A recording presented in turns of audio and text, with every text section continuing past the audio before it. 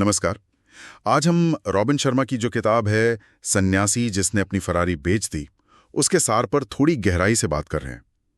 ये चर्चा उन लोगों के लिए खास हो सकती है जो जिंदगी बदलने वाले आइडियाज को जल्दी से समझना चाहते हैं।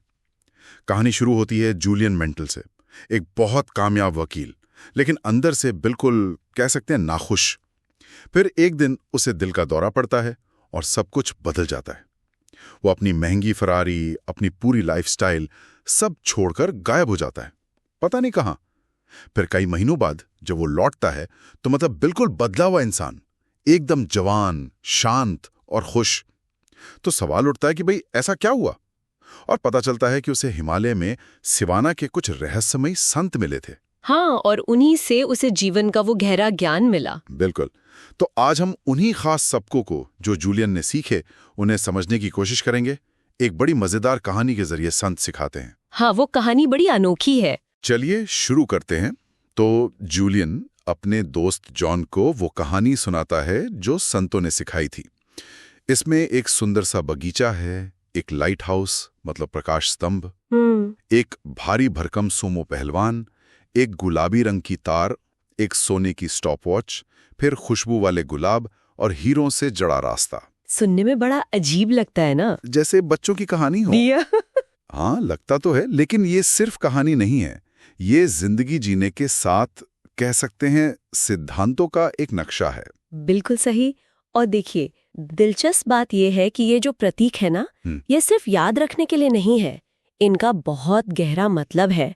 जैसे वो बगीचा, वो हमारे मन का प्रतीक है। मन का? अच्छा। हाँ, जूलियन को एहसास होता है कि उसने सालों तक अपने मन रूपी बगीचे में चिंता, स्ट्रेस, इन सब के खरपतवार उगने दिए, जिससे उसकी जो असली क्षमता थी वो कहीं दब गई थी।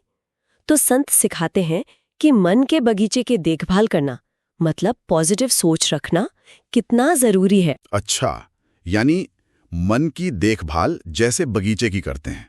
सही है।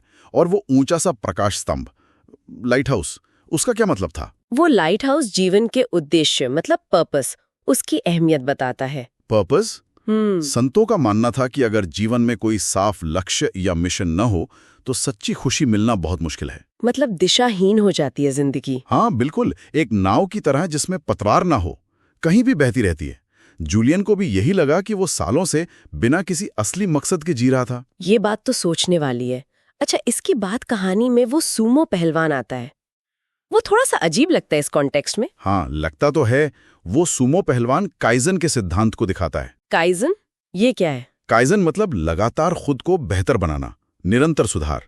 और ये सिर्फ शारीरिक ताकत की बात नहीं है, बल्कि मानसिक, भावनात्मक रूप से भी रोज छोटे छोटे कदम उठाकर खुद को मजबूत करना। अच्छा, डेली इम्प्रूवमेंट। हाँ, संत कहते हैं कि रोज छोटे छोटे हिम्मत वाले काम करने से अंदर की शक्ति बढ़ती है। निरंतर सुधार, ठीक है। और फिर वो गुलाबी तार की केबल थी, उसका क्या कनेक्शन है? वो गुलाबी तार इच्छा शक्ति और अनुशासन डिसिप्लिन, उसकी निशानी है। Discipline, okay. सिद्धांत ये है कि अनुशासन एक मांसपेशी जैसा है, जितना ज्यादा इस्तेमाल करेंगे उतना मजबूत होगा। इसके बिना बड़े बड़े सपने भी बस सपने ही रह जाते हैं। जूलियन की जिंदगी में पहले अनुशासन था, पर वो सिर्फ पैसा कमाने के लिए था, असली आत्मनियंत्रण नहीं था। और सोने की स्टॉपवॉच, ये तो आसान है शायद, समय। हाँ, बिल्कुल सही। सोने की स्टॉपवॉच हमें वक्त की कीमत याद दिलाती है। टाइम, ये हमारी जिंदगी का सबसे कीमती तोहफा है, इसे हम वापस नहीं पा सकते। सही बात है। तो इसे बेकार की चीजों में गंवाना एक तरह से जिंदगी को ही गंवाना है। जरूरी कामों को पहचानना और उन्हें पहले करना, ये बहुत जरूरी है। प्रायोरिटाइजेशन जिसे कहते हैं। बिल्कुल। अच्छा, और फिर वो खुशबू वाले गुलाब, उनका क्या राज था? महकते हुए गुलाब, दूसरों की निस्वार्थ सेवा, सेल्फलेसली सर्विंग अदर्स, उसका प्रतीक है। सेवा। संत सिखाते हैं कि असली खुशी और संतुष्टि कुछ पाने में उतनी नहीं है जितनी देने में है। दूसरों की जिंदगी में थोड़ी सी अच्छाई लाना, दया दिखाना, इससे जिंदगी को मायने मिलते हैं। जूलियन ने समझा कि उसकी पिछली जिंदगी तो सिर्फ लेने या हासिल करने पर ही टिकी थी। और आखिर में वो हीरों का रास्ता, पाथ ऑफ डायमंड्स, ये क्या सिखाता है? हीरों का रास्ता हमें सिखाता है कि जिंदगी का जो असली मजा है वो अभी में है, वर्तमान पल में। Present moment. अच्छा, मतलब वर्तमान में जीना। हाँ, हम अक्सर या तो गुजरे हुए कल में अटके रहते हैं या आने वाले कल की चिंता करते हैं, सही है। और इस चक्कर में आज को, इस पल को जीना भूल जाते हैं। संत कहते हैं कि सच्ची शांति, सच्ची खुशी वो सिर्फ वर्तमान में ही मिल सकती है। इसके लिए माइंडफुल होना, जागरूक रहना और शुक्रगुजार होना बहुत जरूरी है। ग्रैटिट्यूड, कमाल है, ये 7 सिद्धांतों मतलब सुनने में ही काफी असरदार लग रहे हैं। और ऐसा कहते हैं कि जूलियन के दोस्त जॉन ने भी इन्हें अपनाया। हाँ, और उसने भी अपनी जिंदगी में बदलाव महसूस किया। तो ये दिखाता है कि ये तरीके शायद किसी के भी काम आ सकते हैं।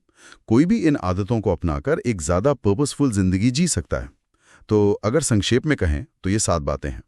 अपने मन को काबू में रखना, अपने मकसद को जानना और उस पर चलना, काइज़न का अभ्यास यानी निरंतर सुधार, अनुशासन में रहना, अपने समय की कद्र करना, निस्वार्थ भाव से दूसरों की सेवा करना, और सबसे आखिर में वर्तमान पल को पूरी तरह से जीना। बिल्कुल। हाँ, और ये सिर्फ मतलब पढ़ने या सुनने की बातें नहीं है। ये उन लोगों के लिए बहुत काम की हो सकती हैं जो ज्यादा समझ, कम तनाव और एक गहरी संतुष्टि चाहते हैं। सोचने वाली बात है कि ये कितने सरल से लगने वाले विचार हैं, पर असल में जिंदगी को कितना बदल सकते हैं। तो चलिए आज की बातचीत को यहीं एक विचार के साथ खत्म करते हैं। अगर इन 7 सिद्धांतों में से सिर्फ एक को भी रोज की जिंदगी में पूरी तरह से मतलब सचेत रूप से उतारने की कोशिश की जाए तो जिंदगी का अनुभव कैसा हो सकता है।